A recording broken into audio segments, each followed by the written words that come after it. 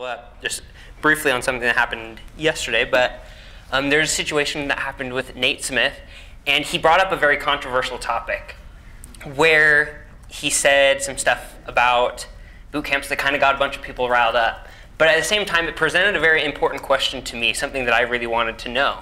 And for all of those people out here who have graduated from boot camps, for all of those people who have gone through their own computer programming degrees, or they have just learned it all by themselves. Now that you have jobs, now that you're in the positions that you're in, I wanted to present a question and ask you, what do you wish you knew at the time that you started getting a job? What were the things that you wish you knew that you know now? There are a lot of people who are progressing to a point where they want to find jobs where they can actually be helpful, where they can be useful to the programming community, but oftentimes they don't know where to start. I had the opportunity to create a Slack channel that I wanted people to actually go in and just type in those things that they thought would be useful. I also wanted to present the question to all of you for a discussion so that you guys can give me your tips right now. Yeah? Be an expert in something other than technology first. He said, be an expert in something other than technology first. Any other thoughts about that? Well, I say that because I started out in technology, so I think in terms of technology, whereas other people I know who start out in, say, finance or chemistry, they're looking at things differently and they're solving other problems and adding more value in other areas because they have two things to bring forward. Okay, and what he said is that when people understand something from somewhere else, it helps them to learn how to solve problems in those areas so that when they come into this field of expertise, they understand how to solve problems in a different scenario.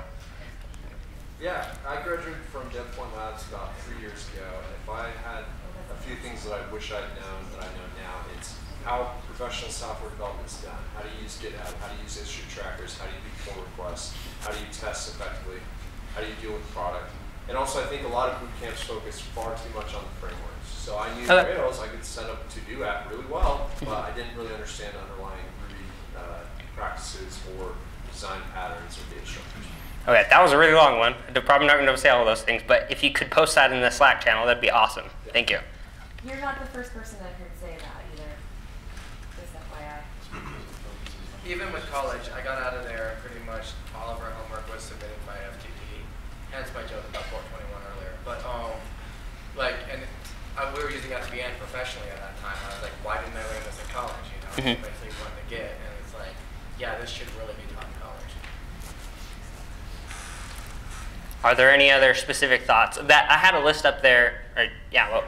You need to ask yourself and know the answer why you want to develop and write things, not just know how. You need to understand your own motivations as to why you want to. Okay, so what he said was have motivation or understand your motivation as to why you're writing software, not just know how to do it. Kind of related to that, I think that one of the things that's emphasized a lot in computer science education is that software engineering is really fun and rewarding too.